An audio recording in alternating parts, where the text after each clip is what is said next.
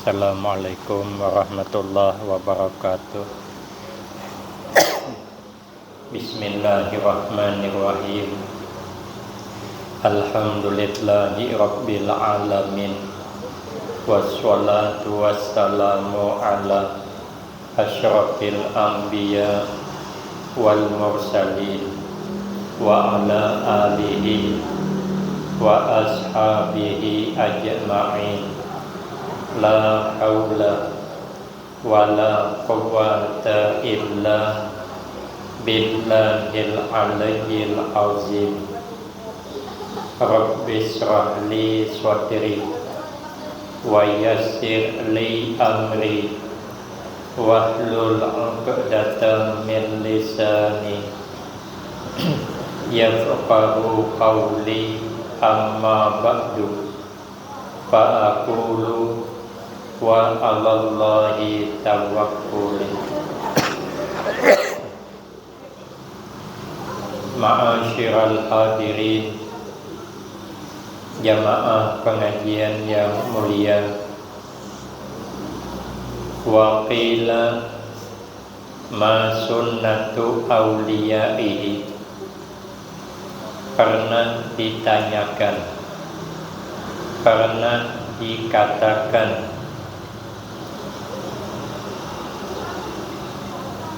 keadaannya, perbuatannya para aulia Allah, sunnahnya para aulia Allah itu.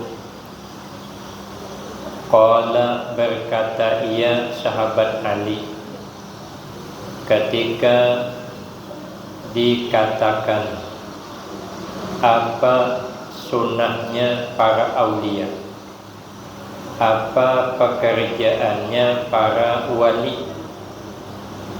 Lalu sahabat Ali menjawab, ihtimalul adza anin nasi wa kanu man qablana yatawasawna bisalasi khisal wa yatakatabuna biha.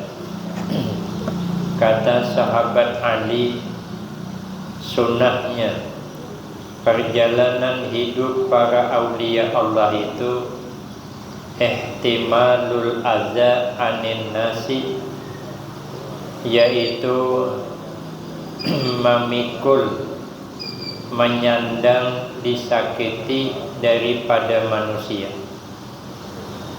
Walau disakiti tapi disandangnya, artinya tidak ada membalas.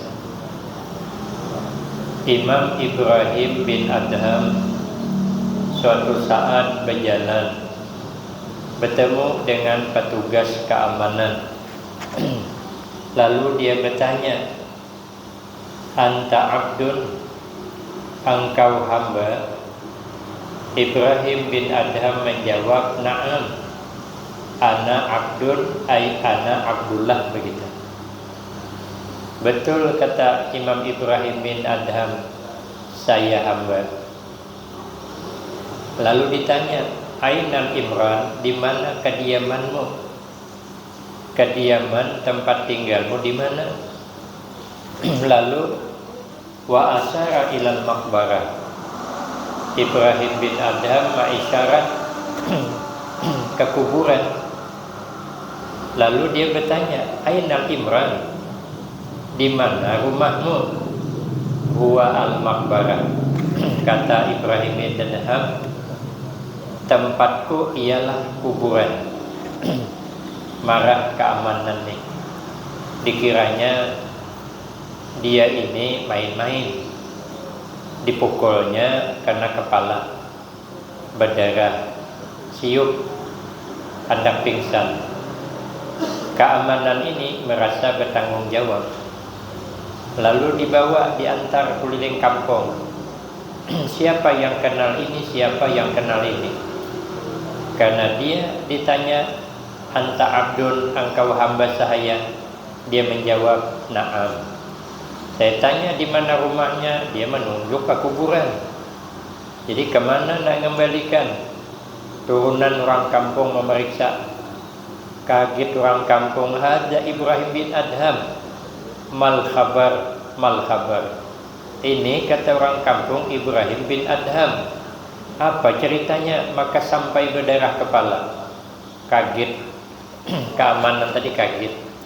Dia tahu kehebatan Imam Ibrahim bin Adham, tapi kada tahu yang mana orangnya. Ada suatu pertemuan, kisahnya aja bahwa si ini orang hebat. Ternyata beliau yang dipukul, meminta ampun. Ini keamanan meminta ampun kepada Ibrahim bin Adham, minta maaf. Jar Ibrahim bin Adham, sudah saya maafkan. Sebelum engkau minta maaf, saya sudah maafkan. Saya sandang, pukulanmu itu saya sandang, tidak saya kembalikan. Artinya kada ada doa kada baik untuknya, karena disandang, tidak dikembalikan. Lalu kata keamanan bertanya, kenapa engkau ditanya anta abdun, engkau hamba? Malah jawabnya na'am, iya. Kenapa sampian tidak berbilang kalau anak Ibrahim bin Adham? Kalau sampian berbilang, tahu saya. Kata Ibrahim bin Adham, sampian yang salah bertanya. Coba bertanya, man anta, siapa engkau? Saya jawab, Ibrahim bin Adham. Cuman engkau bertanya, engkau hamba. Ya, hamba. Tapi bukan hamba saya, ana Abdullah, saya hamba Allah. Kata keamanan, kenapa engkau dipukul berdiam? Kata beliau, saya tidak berdiam. Ketika kau pukul saya sandang, saya terima. Maka bukti saya menyandang apa yang kau lakukan, saya berdoa. Mudah-mudahan yang memukul saya ini Allah masukkan ke dalam surga. Nah itu namanya menyandang. Bila orang buat kada baik dengan kita, kita sandang. Arti menyandang, doakan dia supaya mendapatkan kebaikan, tidak mendoakan untuk dia celaka. Kalau mendoakan untuk dia celaka, tidak menyandang namanya. Ini disandangnya, dipikulnya, sakitnya disakiti oleh orang manusia, tapi tidak membalas apa yang disakitinya. Itu kebiasaan para aulia Allah begitu. Walau disakiti, walau dihina, tapi tidak membalas. Bahkan mereka saling berpesan. Mereka para aulia Allah saling berwasiat sebahagian kepada sebahagiannya. Artinya saling mengirim nasihat. Bisalah si khisal, dengan 3 macam perkara. Wayataka tabu nabiha, dan saling mengirim surat mereka para aulia Allah akan dengan yang 3 ini. Saling menulis surat, saling menasihati, yang 3 macam. Apa isi nasihatnya? Ditulis, dikirim kepada sebahagian aulia Allah dari sebahagian aulia Allah. Apa kata Sidin? Man amila li akhiratihi kafahullahu amra dinihi wa dunyahu. Kata Sidin, barang siapa yang beramal ia akan sesuatu amal daripada beberapa amal. Dia ini beramal daripada macam-macam amal, tapi beramalnya karena untuk akhiratnya itu man.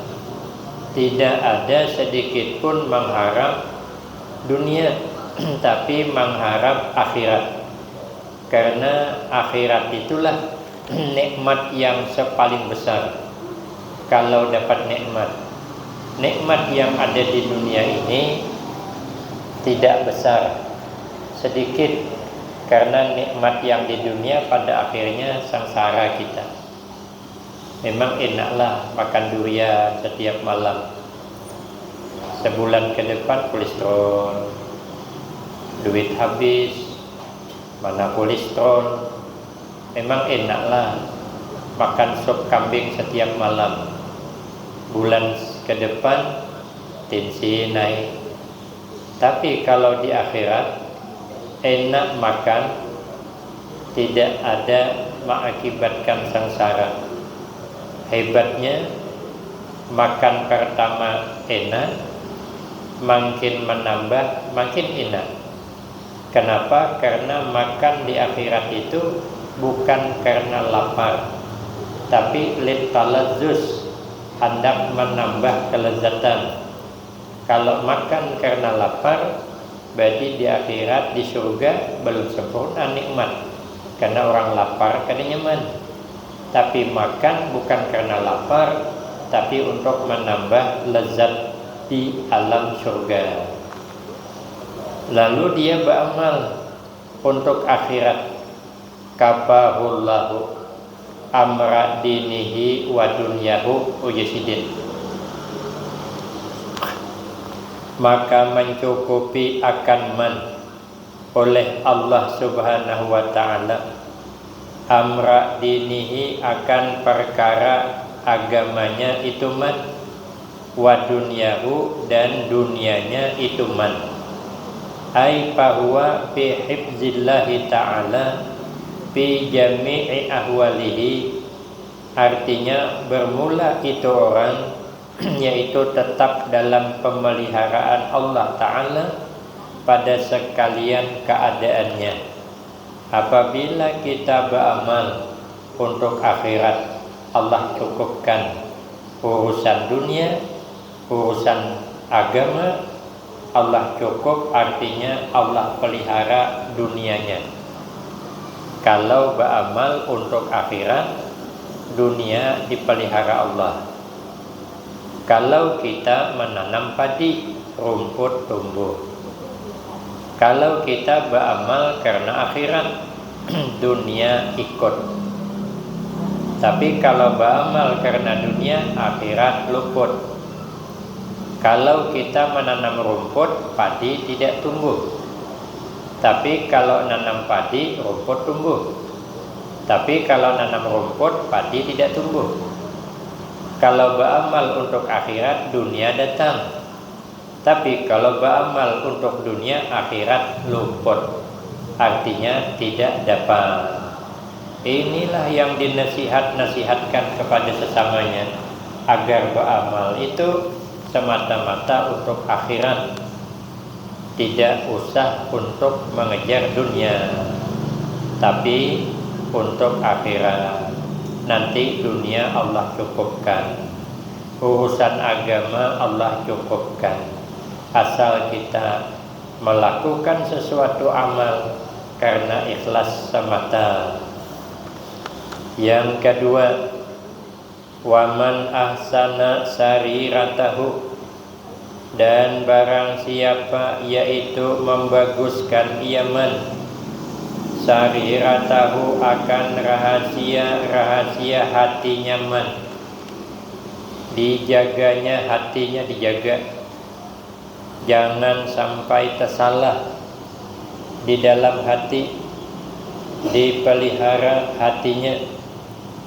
Ahsanallahu ala niyyatahu, maka membaguskan oleh Allah akan tingkah zahirnya itu Bila hati kita ini baik, maka tingkah laku kita pun baik. Karena zahir itu cermin batin. Maka bila orang itu suka menjelekkan orang, itu sesungguhnya dia adalah orang jelek. Kalau suka kita menceritakan aib orang kesana kesini, berarti dia hatinya kada baik. Karena riba itu zahir, itu tidak baik, berarti hatinya kada baik. Mencela orang itu zahir, itu tidak baik, berarti hatinya kada baik. Kalau dia hatinya baik, dia tidak akan pernah mencela orang. Kalau hatinya baik, kalau hatinya baik, dia tidak akan pernah meribah orang, karena hatinya baik. Nah, maka orang baik itu senantiasa bercakap baik. Ada orang hebat, ilmunya hebat, amalnya hebat, tuan guru besar, dipitnah orang, sampai-sampai muridnya kada sabar karena dihina gurunya tadi. Datang muridnya bercakap, tuan guru, coba sempian gunakan hak jawab, atau kami yang menjawab, nah, tapi kami minta izin. Kata gurunya, jangan. Kalau begitu sempian saja yang menjawab, karena sempian berada di posisi yang benar. Enak nian dia menyalahkan sempian.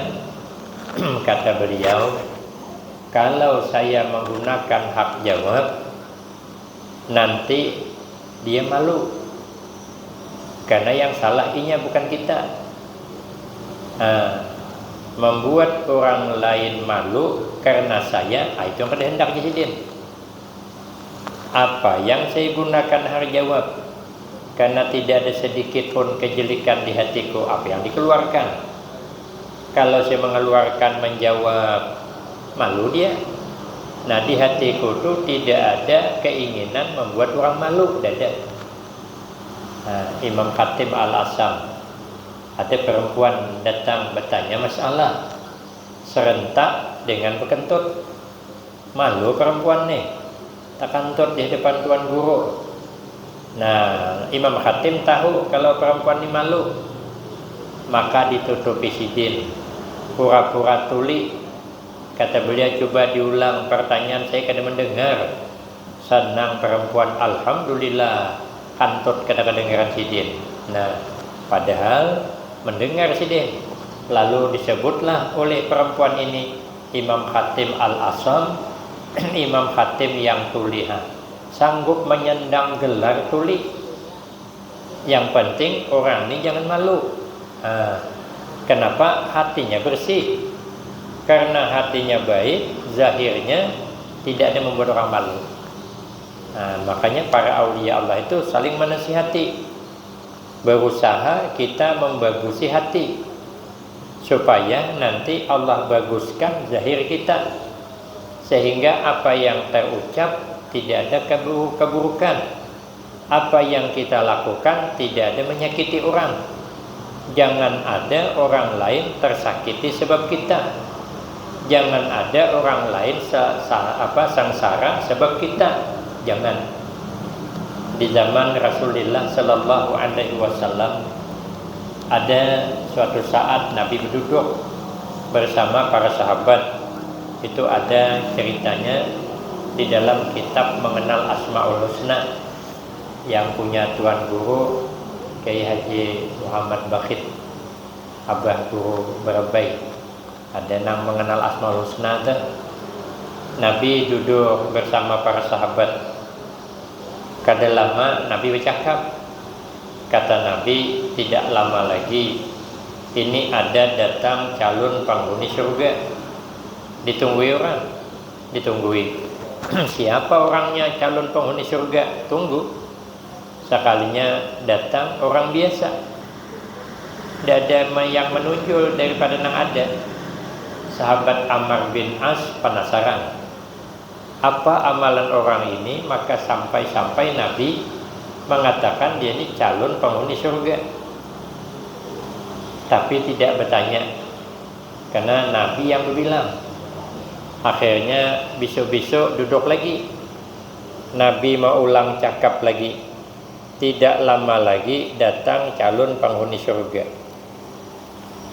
Yang ketiga, cukup 3 kali, sahabat Ammar bin As kada sabar lagi. Diikutinya orang ini kembali ke rumah.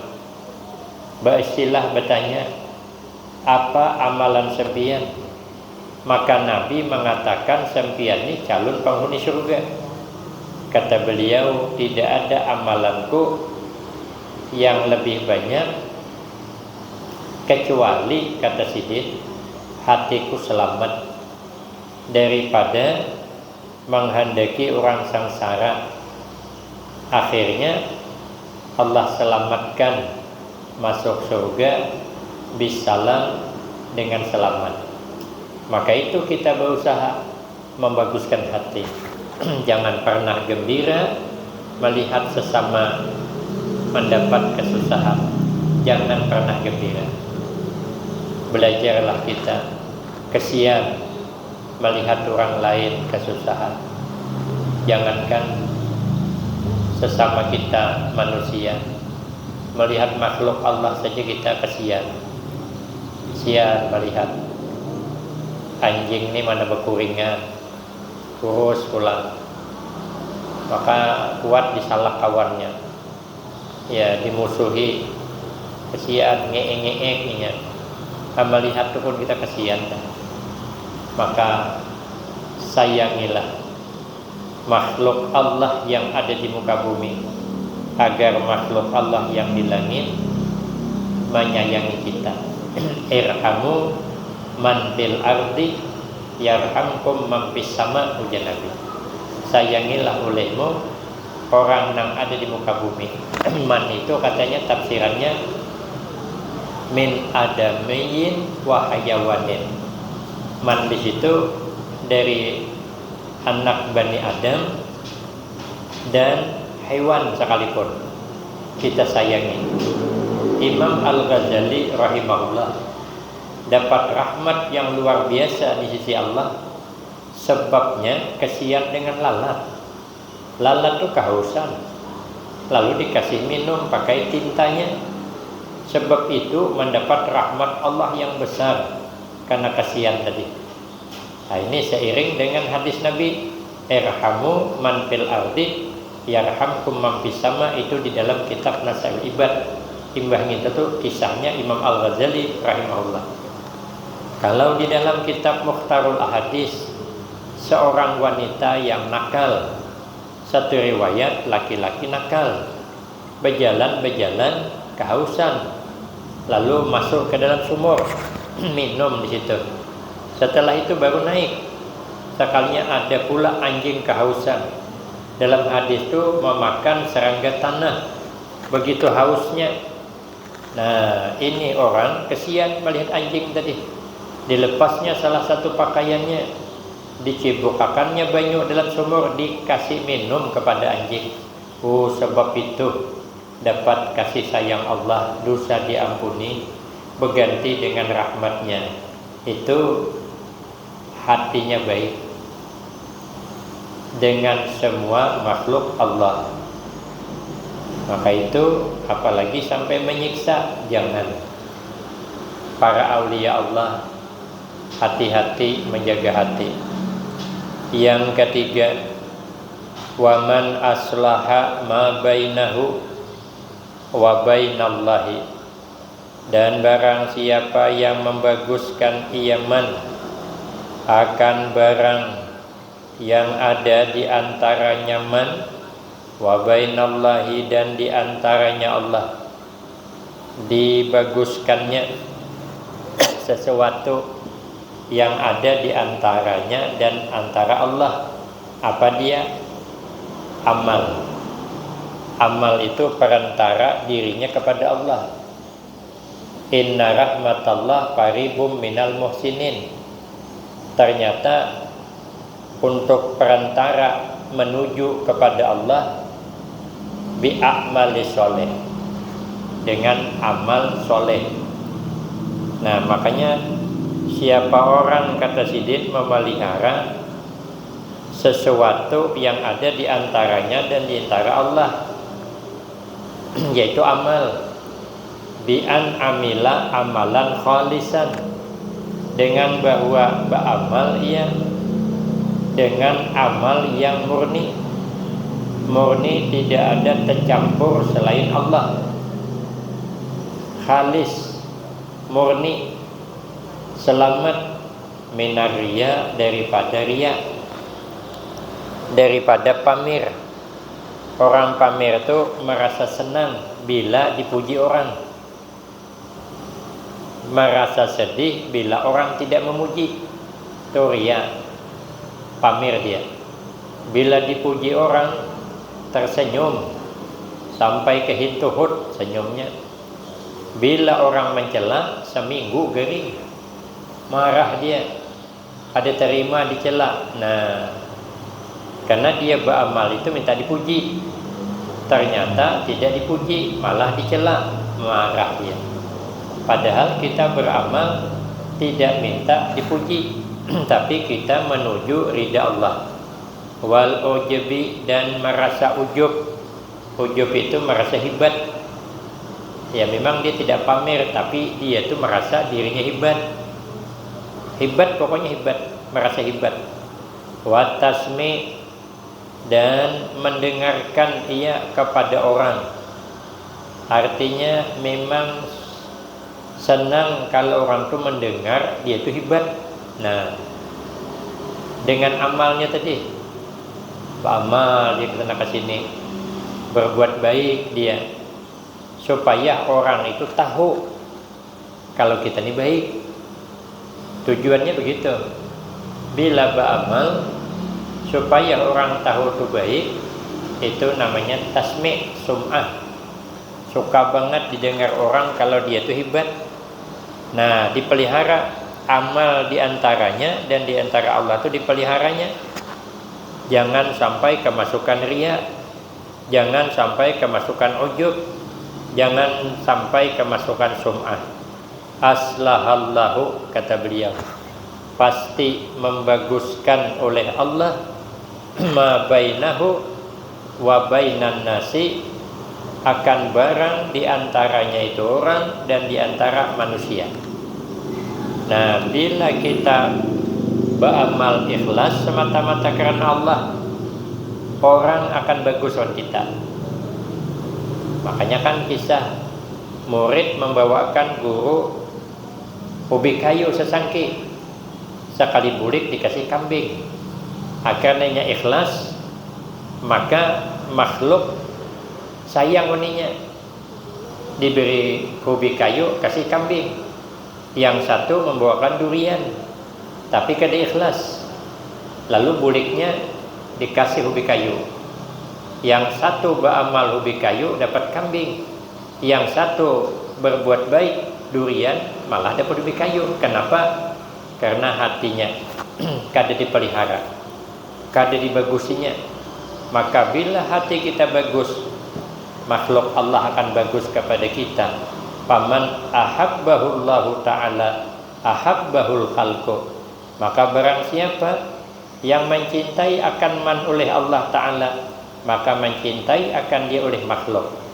Nah, tandanya orang itu disayangi Allah kalau orang banyak suka uninya. Nah, siapa dia? Para aulia Allah, ya, para orang-orang soleh kita suka, itu tanda orang itu mesti dicintai oleh Allah, maka makhluknya pun akan mencintainya. Inilah wasiat sesama para aulia Allah, sering berkirim surat, saling mengingatkan di dalam kebaikan. Mudah-mudahan kita senantiasa dipelihara Allah, dapat beramal semata-mata untuk akhirat, dapat memperbaiki hati.